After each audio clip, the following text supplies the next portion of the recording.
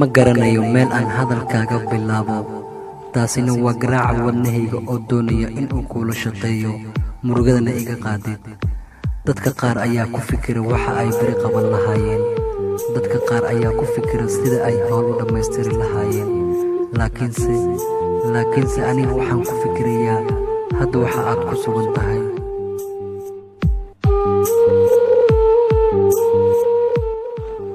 aniga waxaan ku suganahay xanuunkii haya aniga oo kaliya ayaa dareemi karo markaan qalbigayga ku furay ayaa dur cidla igu siisaysay danayste miyaad ahayd dulmi ayaad ila imaaday iyo daryeel la'aan dembi miyaan kaa galay iga fogow igana dheeraaw way igu adag tahay inaan saacado ku waayo ama aan kaa fogaado qalbigayga ayaa u dulqaadan karin inuu iska kaa masaxo waayo markaad iga qoslayso laabtu way qabowdaa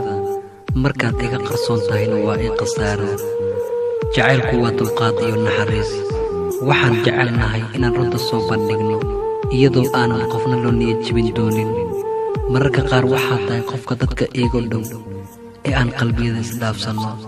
uma adkaysan karo inaad iga fogaato waayo si xad dhaaf ah ayaan kuu jeclahay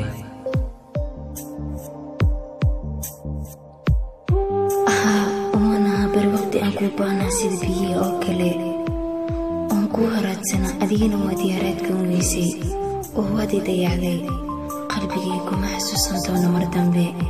waayo nolosha oo dhan waad baabiisay jacaylkaan kuu qabay wuxuu isku beddelay nacay waan olaan karaa la'aantaada waayo waad i dhaawacday waqtii qalbigayga aad dhaawacday ilaa iyo hadda waan ku xasuusan doonaa marnaba kuma ilaabi doonaa